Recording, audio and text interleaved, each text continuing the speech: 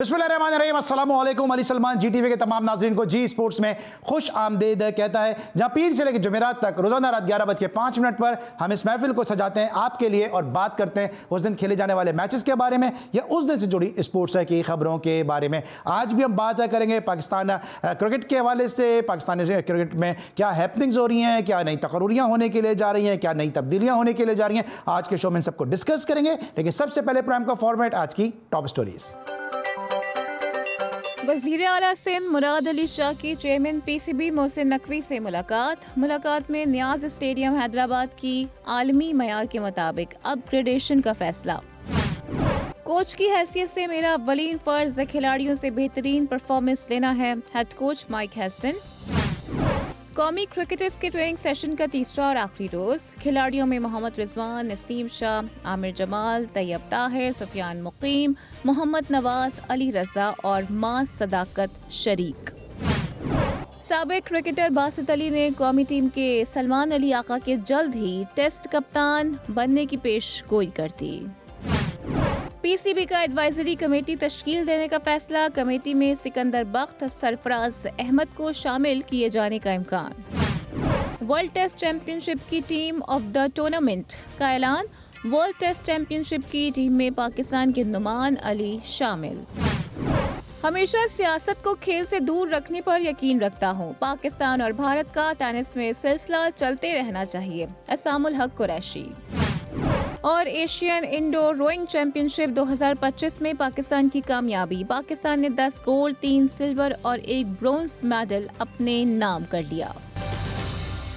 जी नाज़रीन, ये थी आज की टॉप स्टोरीज। और ना सिर्फ पाकिस्तान में बल्कि पूरी दुनिया में आज 5 जून के हवाले से आलमी यौम माहौलियात मनाया जा रहा है। इस हवाले से जो है वो माहौलियात के हवाले से, माहौल को बेहतर करने के हवाले से, पोल्यूशन फ्री करने के हवाले से सेमिनार किए जाते हैं, तहरीर सामने आती हैं, मकाले जो है वो पेश किए जाते हैं। लेकिन क्रिकेट की जो पोल्यूशन है और क्रिकेट का जो माहौल है उसको साफ करने के लिए एक ऐसी शख्सियत है जो तवील अरसे से, कई दिहाइयों से जो है ना सिर्फ क्रिकेट की पोल्यूशन, क्रिकेट का माहौल बेहतर करने के लिए अपना किरदार अदा कर रहे हैं, बल्कि स्पोर्ट्स के हवाले से कि स्पोर्ट्स को जो है वो करप्शन से पाक होना चाहिए और जो स्पोर्ट्स है उसका भी माहौल अच्छा होना चाहिए, वो भी पोल्यूशन फ्री होना चाहिए। जो क्रिकेट की पोल्यूशन है उससे जो है वो उसको फ्री होना चाहिए। आज एक ऐसी ही शख्सियत जो हमारे साथ मौजूद हैं कि जिनकी आज सालगिरह भी है, पाकिस्तान के इंतहाई senior and season sports journalist, और एक ऐसी शख्सियत जब मैंने जी स्पोर्ट्स की बागदौड़ संभाली थी, इस कुर्सी को संभाला था, तो मेरे पहले शो के जनाब ये मेहमान थे। साथ साथ आपने इनको चैंपियंस ट्रॉफी में भी देखा और इसके अलावा भी दीगर गाहे बगाए शोज़ में हमें इनका दस्ते शफ़क़त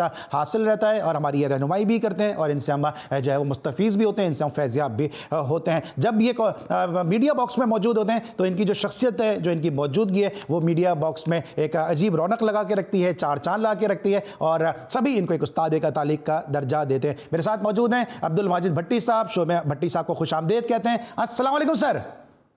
जी वालेकुम अस्सलाम अली सलमान, बहुत बहुत शुक्रिया आपका और आपके जो प्रोड्यूसर नकी मुस्तफ़ा के हमेशा बहुत ज़्यादा आप लोग रिस्पेक्ट देते हैं और गाहे बगाहे हमें मौका भी देते हैं कि हम अपने जो जज्बात हैं या ख्यालात हैं वो जी टीवी के नाज़रीन को बता सकें। तो सालगिरह के लिए आपने बेस्ट विशेस कहीं, नकी का मैसेज आया तो आपका और जितने हमारे दोस्तों ने आज दिन भर कल रात से मैसेजेस भेज रहे थे, आपके तवज्जुह से मैं सबका शुक्रिया अदा करता हूं कि अल्लाह ताला बस इसी तरह बाकी जो जिंदगी रह गई है वो भी कामयाबी के साथ और इज्जत के साथ गुजारने का, हमें इज्जत से गुजारने की तौफीक अता फरमाए। इंशाल्लाह इसी तरह आप सेहत और सलामती के साथ हज़ारों सालगिरह जो सेलिब्रेट करें। और भट्टी साहब की आज सालगिरह भी है और मैं अपने प्रोग्राम के तवज्जुह से भी कहता हूं कि ना सिर्फ भट्टी साहब बल्कि जैसे जो हमारे जो इंतहाई सीनियर लोग मौजूद हैं उन सब की सेहत और सलामती की हम सबको दुआ भी करनी चाहिए कि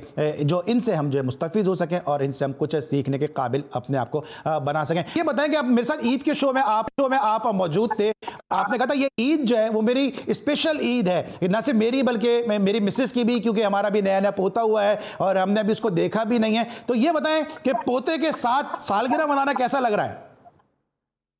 अली बस प्रश्न की ये रह गई कि जो ईद उल फितर थी वो तो पोते के साथ मनाई, लेकिन ईद के तकरीबन कोई 3 हफ्ते बाद फिर बेटा, बहू और पोता वो दुबई चले गए। तो अब पिछली ईद तो बड़ी जबरदस्त गुजरी, अब उसके बगैर मना रहे हैं।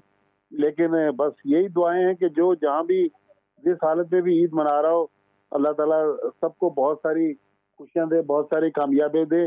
लेकिन इस ईद पर जाहिर है ये तो इलेक्ट्रॉनिक मीडिया का दौर है, वीडियो पे दिन में कई बार बात होती है, लेकिन जाहिर है वो अब 1200-1300 किलोमीटर दूर दुबई में अपने अम्मी अब्बा के साथ हैं, तो इस बार बहुत ज्यादा उनकी कमी महसूस होगी। आलियान हमारी जिंदगी में एक नया इजाफा आया, और आपका जो शो था, यकीन करें मैं उस शो के बाद मुझे सियालकोट जाने का इत्तेफाक हुआ।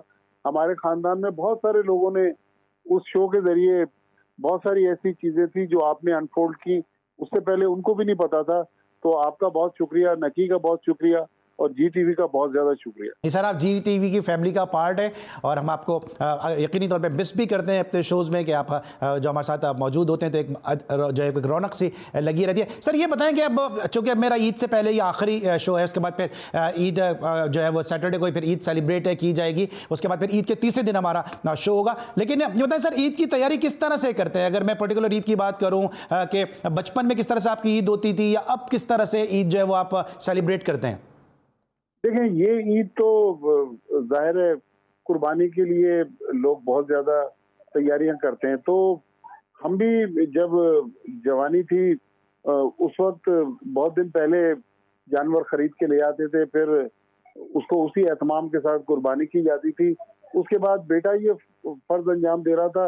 अब चूंकि मेरा बेटा एहसन जो है वो दुबई चला गया है, तो इस बार कुर्बानी तो है, लेकिन जाहिर है एक तो उनके बगैर कर रहे हैं, और हमें भी अब इतनी एनर्जी नहीं रही कि जानवर को कई दिन पहले लेकर आएं, उसको खिलाएं पिलाएं। तो बस कुर्बानी हो रही है।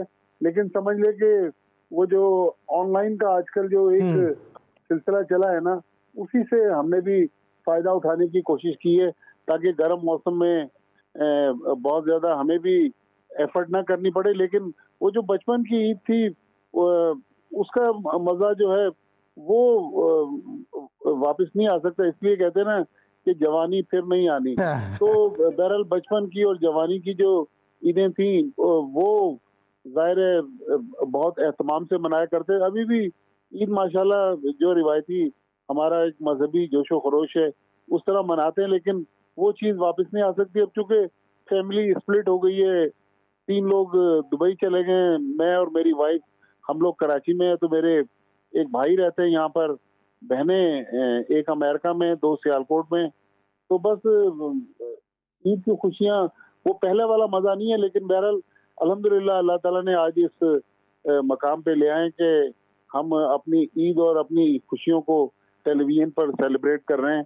और आप ने पिछली बार तो पूरा प्रोग्राम मुझ पर डेडिकेट कर दिया, इस बार भी आपने ईद से 2 दिन पहले मौका दिया कि मैं अपने जो इमोशंस हैं, व्यूज हैं, वो बयान कर सकूं। बिल्कुल सर, और हमारी तो ईद हो जाती है जब आप जैसे कदावर शख्सियत हमारे शो का हिस्सा बनती हैं। कोई मखसूस कोई पकवान होता है कि जो आप ट्रेडिशनल आपकी वालदा बनाती हैं, आपकी बहनें बनाती हैं, और अब आप भाभी से भी जो है वही पकवान बनवाते हो ईद के हवाले से? अच्छा, ये अली आपको हैरत भी होगी कि जो हमें अगर वैसे देख लेता वो समझता है पता नहीं कितना खाते हैं, लेकिन जाहिर है कोशिश करते हैं। और ख़ासतौर पे उम्र के इस हिस्से में, जबकि अब हम भी 60 क्रॉस कर गए, तो कोशिश करते हैं कि जो अच्छी चीज़ मिल जाए। ये जो हमारी रिवायती डिशेज होती हैं उसमें कोरमा है, उसमें बिरयानी है, उसमें पुलाव है, या और गोश्त रिलेटेड डिशेज, लेकिन कोशिश करते हैं कि थोड़ा सा खाएं, क्योंकि डॉक्टर्स भी मना करते हैं कि भाई इतना खाएं कि आपको बाद में कुछ कॉम्प्लिकेशंस ना हो। लेकिन बहरहाल हमारी जो वालदा थी, मेरी वालदा, हालांकि वो पुराना दौर था जब वो पकाया करती थी, तो उस जमाने में तो सुई गैस भी नहीं थी। वो हमने कई बार उनको लकड़ियों पर खाना पकाते हुए देखा, लेकिन उनके हाथ में जो जायका था, वो जायका मेरा ख्याल में वो उसकी बड़ी शिद्दत से कमी महसूस। बिल्कुल सही है कि माँ के हाथ का तो जायका ही अलग होता है। हम ये बात कर रहे थे माजिद भट्टी साहब से ईद के हवाले से, इनकी सालगिरह के हवाले से। अब बात करेंगे हमें छोटे से ब्रेक के क्रिकेट के हवाले से, क्योंकि भट्टी साहब ने एक बड़ी खबर जो है वो ब्रेक की और आज उसकी तस्दीक भी हो गई। मिलते एक छोटे से ब्रेक के बाद।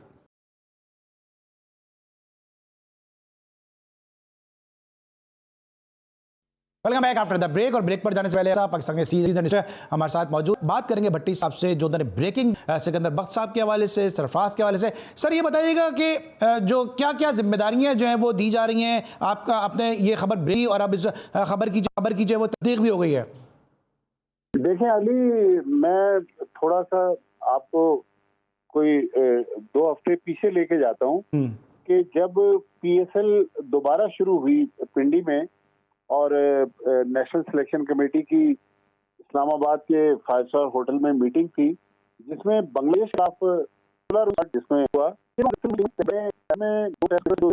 इन दो के थे, आज तो आज मैं आपको बताता हूँ कि वो मीटिंग ना असर उसमें हसन थे, पार्टी के हेड कोच सलमान अली आगा, आकिब जावेद थे, अली एनालिस्ट थे और सिकंदर बख्त और सरफराज अहमद थे। तो इनसे बुलाकर इस्लामाबाद में, सरफराज तो कोयटा ग्लैडिएटर्स की टीम चूंकि वहां पर मैचेस खेल रही थी तो वहां मौजूद थे, सिकंदर बख्त को कराची से बुलाया गया और उनसे बाज़ाब्ता मुशावरत करके पाकिस्तान की जो 16 रुकनी टीम थी बांग्लादेश की सीरीज के लिए वो सिलेक्ट की गई। तो आज सिकंदर बख्त को दोबारा लाहौर बुलाया गया है। सरफराज अहमद अपनी फैमिली के साथ ईद मनाने के लिए इंग्लैंड में मौजूद हैं। जो मुझे इत्तलात मिल रही हैं कि सरफराज अहमद चूंकि मेंटोर भी थे, उनको थोड़ा सा बड़ा रोल मिलेगा। ये करीब नकवी साहब एक एडवाइजरी टाइप की चीज, दोनों का on cricketing affair selection committee में भी बैठे थे, तो इन्होंने कोई हतमी राय नहीं दी थी, लेकिन इन्होंने मशवरे जरूर दिए थे कि इस प्लेयर को ले लें या इस प्लेयर को ना लें। सरफराज अहमद जो है वो चूंकि मेंटोर बारे में वो कहता है कि सरफराज अहमद को कराची की जो रीजनल एकेडमी है उसमें कुछ जिम्मेदारियां दी जाएंगी। असद शफीक को भी सिलेक्शन कमेटी से हटाया जा रहा है, वो विमेन सिलेक्शन कमेटी में रहेंगे, वो भी कराची की एकेडमी में हिस्सा रहेंगे। फिर पाकिस्तान की जो अंडर 19 टीम है उसके साथ भी ये तजवीज किया जा रहा है कि सरफराज अहमद को रखा जाए। और मिसबाउल हक जो है वो भी मेंटोर थे, उनको भी पाकिस्तान क्रिकेट बोर्ड कुछ जिम्मेदारियां दे रहा है। हो सकता है कि पाकिस्तान शाहीन के साथ उनको कोई असाइनमेंट दिया जाए या नेशनल सिलेक्शन कमेटी जो है उसमें उनको पार्ट दिया जाए। लेकिन उसूली तौर पर अब ये तय हो गया है कि पाकिस्तान की जो अगली टीम सिलेक्ट होगी, जब पाकिस्तान टीम अगले महीने बांग्लादेश जाएगी, तो उसके लिए ये जो सिलेक्शन कमेटी है इसमें असद शफीक, अजहर अली और अलीम डार ये अपनी जगह बरकरार नहीं रख सकेंगे। आकिब जावेद वो चूंकि डायरेक्टर हाई परफॉर्मेंस भी हैं वो रहेंगे, माइक हसन रहेंगे और सलमान अली आगा कप्तान की हैसियत से रहेंगे। लेकिन बाकी जो सिलेक्शन कमेटी के मेंबर्स हैं, हो सकता है ये दोनों हजरात इनको उसमें शामिल कर दिया जाए, लेकिन कहा यह जा रहा है कि जो अगली टीम मुंतखब होगी वो नई सिलेक्शन कमेटी करेगी। ठीक है, अच्छा अभी आपने सलमान अली आगा का जिक्र किया, बासित अली साहब ने भी एक ट्वीट किया और भी खबरें आ रही हैं कि इनको तीनों फॉर्मेट का कैप्टन बनाया जा रहा है। इस खबर के हवाले से अगर आपको चिल्लक कुशाई करना चाहें। देखिए, अभी अगले 6 महीने तो पाकिस्तान की टेस्ट क्रिकेट नहीं है, तो लिहाजा 6 महीने पहले कह देना कि कौन कप्तान होगा, बासित भाई हमारे मोहतरम है, हो सकता है कि उनके पास मुसद्दिका इत्तलात हो, बन भी सकते हैं सलमान अली आगा। लेकिन मेरे ख्याल में अभी तो चूंकि हेड कोच ही नहीं बने ना, तो कौन हेड कोच आएगा वो उस कप्तान के साथ कंफर्टेबल रहेगा या नहीं रहेगा। जिस तरह इन्होंने T20 में बाबर आजम, मोहम्मद रिजवान और शाहीन शाह अफरीदी के नामों के सामने लकीर खींच दी है कि अब ये पाकिस्तान के T20 स्क्वाड की प्लानिंग में नहीं होंगे, तो क्या टेस्ट क्रिकेट में शान मसूद को कंटिन्यू किया जाता है या नए हेड कोच नई प्लानिंग के साथ, चूंकि आईसीसी वर्ल्ड टेस्ट चैंपियनशिप का भी नया साइकिल शुरू होगा, तो नए कप्तान और कोच की क्या सोच है, पीसीबी क्या आगे का प्लान कर रहा है, इस बारे में मेरे ख्याल में 6 महीने कहना, 6 महीने पहले इस पर बात करना कबल वक्त है। लेकिन पाकिस्तान में आप रूल आउट नहीं कर सकते कि सलमान अली आगा। लेकिन अब पाकिस्तान क्रिकेट बोर्ड ने अली एक तो ये फैसला किया है कि सिलेक्शन कमेटी में वो लोग आएंगे जो कुछ आर्गुमेंट करें, ऐसे ना हो कि पैसे बनाने के लिए सिर्फ जो टीम सबमिट होती है उसी को इंडोर्स कर दें। मोहसिन नकवी साहब चाहते हैं कि कोई ऐसे दबंग किस्म के सिलेक्टर्स आए जो आर्गुमेंट करें और बेहतर टीम सिलेक्ट करें। ठीक। दूसरा एक और जो मसला है कि उन्होंने अब स्पेशलाइजेशन की तरफ जा रहे हैं। जो लोग T20 खेल रहे हैं शायद वो अब हमें वनडे में इतना फ्रिक्वेंट नजर नहीं आएंगे। वनडे वाले जो हैं वो जरूरी नहीं है कि टेस्ट मैच भी खेलें। तो ये कह देना कि सलमान अली आगा तीनों फॉर्मेट में 6 महीने बाद कप्तान होंगे, मेरा ख्याल में आज जहां हम खड़े में जून के पहले वीक में, मेरे ख्याल में इस वक्त कहना बहुत मुश्किल है। ठीक है सर, सेंट्रल कॉन्ट्रैक्ट के हवाले से खबरें आ रही हैं कि बाबर या रिजवान दोनों में से किसी एक की तनज़्ज़ुली हो रही है, इस हवाले से कुछ अपडेट है आपके पास? देखें, बाज दफा मैं और आप जो खबर देते हैं वो हमारे पास तो मुसद्दिका इत्तला नहीं होती, लेकिन हम अपने तजर्बे की बुनियाद पर और जो हालात व वाकयात हैं उसकी बुनियाद पर बात कर रहे होते हैं। अगर सेंट्रल कॉन्ट्रैक्ट की बात करें, एक तो देखें पीसीबी ने ये जो 3 दिन का कैंप था, बेसिकली ये कैंप भी सेंट्रल कॉन्ट्रैक्ट की और फ्यूचर की प्लानिंग का हिस्सा है कि पीसीबी आगे के लिए माइक हैसन के साथ मिलकर 40 खिलाड़ियों का एक पूल बनाना चाह रहा है। लेकिन सेंट्रल कॉन्ट्रैक्ट में अली पिछले 2 साल में हम देखें बाबर आजम, मोहम्मद रिजवान और शाहीन शाह अफरीदी एक कैटेगरी में थे, लेकिन एक कैटेगरी।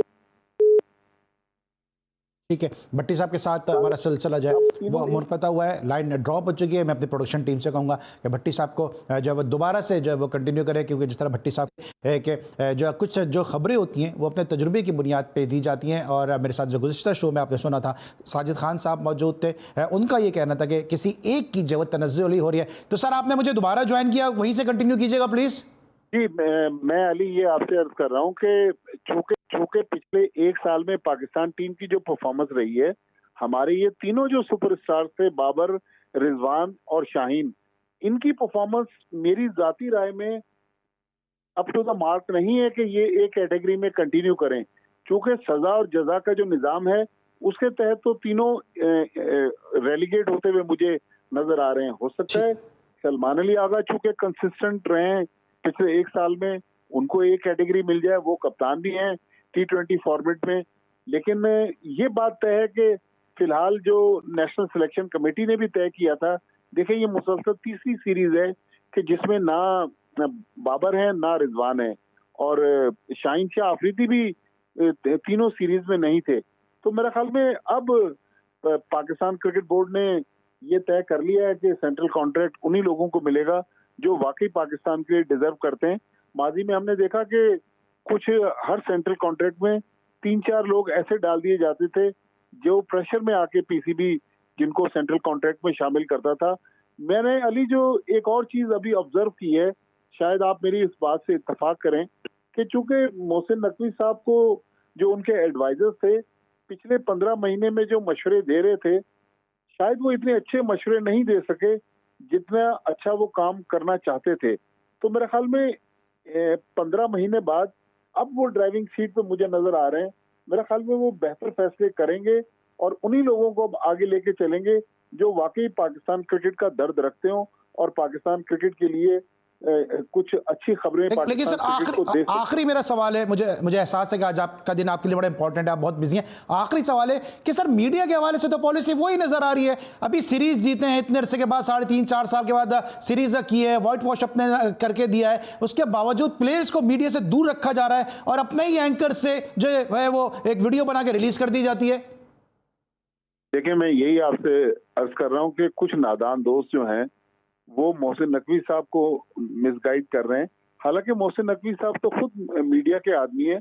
मैंने तो 2004 में जब इंडिया की टीम आई थी, मैंने तो उनको कजाफी स्टेडियम में एक फॉरेन चैनल के लिए काम करते हुए देखा है। तो मुझे उम्मीद है कि और भी हमारे बहुत सारे लोग, हमारे बहुत सारे दोस्त शिकायत कर रहे हैं कि ईद पर होता था जिस तरह कुछ प्लेयर्स कुछ चैनल्स को दे दिए जाते थे। इवन इस बार मुझे ये भी एक दोस्त ने आज बताया कि विमेंस क्रिकेटर्स को, वो जो हमारी क्रिकेटर हैं जो वर्ल्ड नंबर 1 बॉलर बनी है, उनको भी पीसीबी इंटरव्यू के लिए अलाउ नहीं कर रहा। और कहा यह जा रहा है कि शायद चेयरमैन साहब ने मना किया है। तो मेरे ख्याल में अब चूंकि ईद तो बहुत कम टाइम रह गया, एक दिन रह गया कल का, उसके बाद परसों ईद है, तो इस किस्म के जो फैसले हैं वो मीडिया के बारे में बेहतर और एक जानदार पीसीबी को पॉलिसी बनानी पड़ेगी जो मीडिया के दोस्तों के लिए भी काबिल कबूल हो। मोहसिन नकवी साहब देखें, मेरी और आपकी जो एक बार मुलाकात हुई थी, मेरी उसके बाद कभी उनसे दोबारा ना मुलाकात हुई, ना कभी फोन पर बात हुई। एक आध दफा मैसेजेस लेकिन सर आपको याद होगा उस मुलाकात में भी मैंने उनसे यही कहा था कि आप मीडिया को अपने करीब करें, आप मीडिया से दूर ना जाएं, अपने प्लेयर्स को दूर ना करें। और आपको याद होगा उन्होंने इसका जवाब क्या दिया था कि मैं खुद भी मीडिया से हूं, मैं आपकी शिकायत पे जो है वो जरूर इस पर अमल करूंगा, लेकिन होता हुआ नजर नहीं आ रहा। बिल्कुल, मेरे ख्याल में कुछ गलत लोगों ने उनको गलत एडवाइस की है, लेकिन अगर प्लेयर्स टेलीविजन पर आ जाएं या मीडिया में आ जाएं और पॉजिटिव बात करें पीसीबी के लिए, तो वो मेरे ख्याल में उसमें कोई बुराई नहीं है। लेकिन हमारे मीडिया के दोस्तों ने भी कुछ बारूदी सुरंगें पिछले दिनों पीसीबी के लिए खोदने की कोशिश की, जिसकी वजह से वो भी मुश्किल में आए और पीसीबी ने उनके खिलाफ सख्त एक्शन लिया। तो मेरे ख्याल में मोहसिन नकवी साहब चूंकि सर मीडिया के भी तो दोस्त वही है ना, सर मीडिया के भी तो दोस्त वही है ना कि जो पीसीबी में जॉब मांग रहे थे, नहीं दी तो मोहसिन नकवी साहब को ट्रोल करना शुरू हो गए। तो जब उनका ग्रुपों से निकाल दिया गया तो जो है वो तारीफों के पुल बांध रहे हैं सोशल मीडिया पे। मैं वही आपसे कह रहा हूँ कि अब चूंकि 14-15 महीने मोहसिन नकवी साहब को हो गए, उन्होंने पाकिस्तान क्रिकेट का मुश्किल टाइम भी देख लिया, पाकिस्तान टीम को जीते हुए भी देखा। तो उम्मीद है कि वो मीडिया के हवाले से जो पॉलिसी है उस पर नजरसानी करेंगे। मीडिया के दोस्तों के साथ जिस तरह हमारी एक बार मीटिंग हुई थी लाहौर में, जरूरी नहीं है कि हम लाहौर जाएं, तो वीडियो लिंक पर ही कुछ कराची के दोस्त, कुछ लाहौर के, कुछ इस्लामाबाद और पिंडी के, कुछ मीडिया के लिए एक ऐसी पॉलिसी बनाई जाए जो सबके मफाद में हो। और सबको जाहिर है, हम भी डायरेक्ट पीसीबी के तो स्टेक होल्डर नहीं है, लेकिन मीडिया के नुमाइंदे की हैसियत से हमारा भी फर्ज है कि पाकिस्तान क्रिकेट की अच्छी चीजों को प्रमोट करें। तो मीडिया के दोस्त भी अपनी अदाओं पे गौर करेंगे, पीसीबी भी अपने फैसलों पर नजरसानी करेगी, ताकि ये जो कारवां है ये कामयाबी से आगे कारवां चलता रहे। Sir thank you so much, हमारे साथ आप मौजूद थे और हम दुआ गो हैं कि इसी तरह से जो आपका और हमारा कारवां भी जो है इसी तरह जो है सेहत सलामती तंदुरुस्ती के साथ चलता रहे। इस वक्त हमारे साथ मौजूद होंगे जनाब इस्लामाबाद से, क्या ब्रेक के बाद हम ज्वाइन करेंगे, बल्कि कि ब्रेक के बाद हमारे साथ इस वक्त मौजूद होंगे इस्लामाबाद की क्रिकेट के हवाले से बात करने के लिए। आज जो मुलाकात हुई मोहसिन नकवी साहब की मुराद अली शाह साहब के साथ, उस पर बात करने के लिए हमारे नुमाइंदे खुसूसी मुश्तबा। मिलते हैं एक छोटे से ब्रेक के बाद।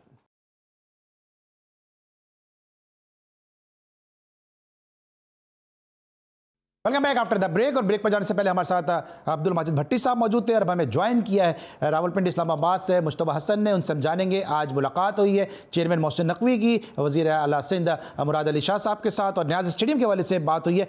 मुश्तबा क्या अपडेट है इस हवाले से? जी बिल्कुल सलमान, बहुत शुक्रिया। सबसे पहले आज वज़ीर आला सिंध जो मुराद अली शाह, उन्होंने वफाकी वज़ीर दाखिला और चेयरमैन पीसीबी मोहसिन नकवी से मुलाकात की और हैदराबाद के जो शायकीन क्रिकेट है उनके लिए खुशखबरी सुना दी है। मुलाकात में जो सिंध में क्रिकेट के फ़रोग़ और मैचेस के इनेकाद और स्टेडियम की तामीर नौ के अमूर पर तफसीली गुफ्तगू हुई है, जिसके बाद चेयरमैन पीसीबी मोहसिन नकवी और वज़ीर आला मुराद अली शाह का सिंध में क्रिकेट के फ़रोग़ और स्टेडियम की बहाली पर मुशावरत भी हुई है। मुलाकात में न्याज स्टेडियम हैदराबाद की आलमी म्यार के मुताबिक अपग्रेडेशन का भी फैसला किया गया और इसके बाद न्याज स्टेडियम 17 बरस बाद किसी भी इंटरनेशनल मैच का इनेकाद कर सकेगा। वैसे ही लॉलीपॉप तो नहीं है जैसे एक जमाने में सेठी साहब के दौर में गवादर में पीएसएल का मैच कराने के लिए दिया गया था। नहीं नजम, इसमें देखा जाए तो मोहसिन नकवी साहब काफ़ी इसमें दिखा रहे थे, इंटरेस्ट शो कर रहे थे अपना कि हैदराबाद और उसके बाद इसके अलावा फैसलाबाद जैसे स्टेडियम में भी मैच होना चाहिए, क्योंकि इससे पहले फैसलाबाद के बारे में फैसला किया गया था कि बांग्लादेश की जो टीम है वो टूर पे थी 5 T20 के लिए, उसमें फैसलाबाद का नाम शामिल किया गया था। तो इसी तरह मोहसिन नकवी ने आज यकीन दहानी कराई है कि जैसे फैसलाबाद इसी तरह हैदराबाद को भी अगले इसी साल के दौरान, इसी बर्स के दौरान कोई ना कोई इंटरनेशनल मैच दिया जाएगा और जो शायकीन क्रिकेट है वो इंशाल्लाह इसी साल कोई ना कोई स्टेडियम हैदराबाद का जो है मैच देखने को देख सकेंगे इसी स्टेडियम में। अच्छा, जरा पाकिस्तान कौमी खेल हॉकी के हवाले से अपडेट कीजिएगा। कल आपकी मुलाकात भी अमाद भट्ट से और अमाद ने कहा भी है कि जनाब पीएसएल की तरफ से हॉकी लीग होनी चाहिए। बिल्कुल, अमाद भट्ट जो है पाकिस्तान टीम के कप्तान है, वो 7 जून को जो है वो मलेशिया के दौरे पर टीम रवाना हो रही है। उससे पहले उनसे जब गुफ्तगू हुई तो उन्होंने बताया कि पाकिस्तान की टीम की जो 8 मुल्की नेशनल कप है उनमें बड़ी अच्छी तैयारी है। इसके अलावा उनके इस बार पे भी उन्होंने जोर दिया कि पाकिस्तान में जैसे हॉकी को क्रिकेट को फ़रोग़ दिया जाता है, इसी तरह हॉकी को भी फ़रोग़ दिया जाए और अगर कोई ऐसी लीग करवाई जाए बाद खिलाड़ियों को ज़्यादा से ज़्यादा खेलने, इंटरनेशनल प्लेयर्स जो है वो यहाँ पर पाकिस्तान आकर खेले और पाकिस्तान में हॉकी को जितना फ्रोग मिलेगा इसी तरह पाकिस्तान क्रिकेट टीम की जो कारकर्दगी है उसमें बेहतरी आएगी। अभी देखा जाए तो पाकिस्तान की हॉकी की टीम जो है उसमें तैयारियों में मसरूफ है और परसों यानी 7 जून को यहाँ से रवाना मलेशिया के लिए रवाना होगी, जहाँ पे 8 मुल्क की टूर्नामेंट जो है FIH 15 जून से मलेशिया के शहर कोलालमपुर में शुरू होगा और पाकिस्तान इसमें शिरकत करेगा जी। ठीक है। अच्छा, इस्लामाबाद की जो स्क्रूटनी हुई थी, इंतखाबात को कालेदम करार दिया गया था, अब कोई जो शकील शेख एंड कंपनी उनकी तरफ से कोई पेशरफ्त हुई है या PCB की तरफ से कोई आपके पास अपडेट आई है? फिलहाल इस वक्त पे जो है इस पे उसका फैसले पे नजरसानी की दरख्वास्त भी दी गई है और शेख शाहिद का कहना है कि वो जो है वो इस फैसले से नाखुश नजर आए और बिल्कुल उन्होंने गैर मुतज़ाना और यकतरफा फैसला सुनाया। इन्होंने कहा कि ये फैसला जो है इसको इनसे मुशावरत नहीं की गई और इनमें किसी दूसरी पार्टी की सुनाई भी नहीं गई, जिसके बाद उन्होंने फैसला किया कि कोर्ट में लेके जाएंगे फैसले को और इसके चैलेंज करेंगे और चैलेंज करने के बाद जो भी फैसला आएगा वो उसको कबूल जरूर करेंगे। ठीक है, thank you so much Mustafa. आप हमें अपडेट कर रहे थे रावलपिंडी इस्लामाबाद से। आज जो मुलाकात हुई है चेयरमैन मोहसिन नकवी साहब की वज़ीर आला मुराद अली शाह साहब से, और एक अच्छी खुशाइन खबर यह है कि हैदराबाद में इंटरनेशनल क्रिकेट का रिवाइवल होगा, क्योंकि 2008 में आखिरी मरतबा पाकिस्तान और जिम्बाब्वे के दरमियान एक जो मैच था वो हैदराबाद के न्याजी स्टेडियम की हिस्ट्री का आखिरी मैच अब तक रहा। जो समीउल्लाह न्याजी जो ज़बरदस्त लेफ्ट आर्म फास्ट बॉलर थे, उनके कैरियर का दूसरा और आखिरी एक रोज़ा मैच भी था, क्योंकि न्याजी स्टेडियम हैदराबाद एक तारीख साज ग्राउंड है कि जहाँ पे मियादाद ने 280 रन की इनिंग खेली। जावेद मियादाद और मुदस्सिर नज़र के दरमियान इसी ग्राउंड पे 451 रन की पार्टनरशिप भी रही, जो एक अरसे तक जो है सबसे ज़्यादा रन की पार्टनरशिप थी। तो एक तारीखी अहमियत का हामिल ये स्टेडियम है, जहाँ पे 1987 के वर्ल्ड कप का इफ्तिताई मैच भी खेला गया, जो पाकिस्तान ने 16 रन से अपने नाम किया था। तो आज के लिए इतना ही जनाब।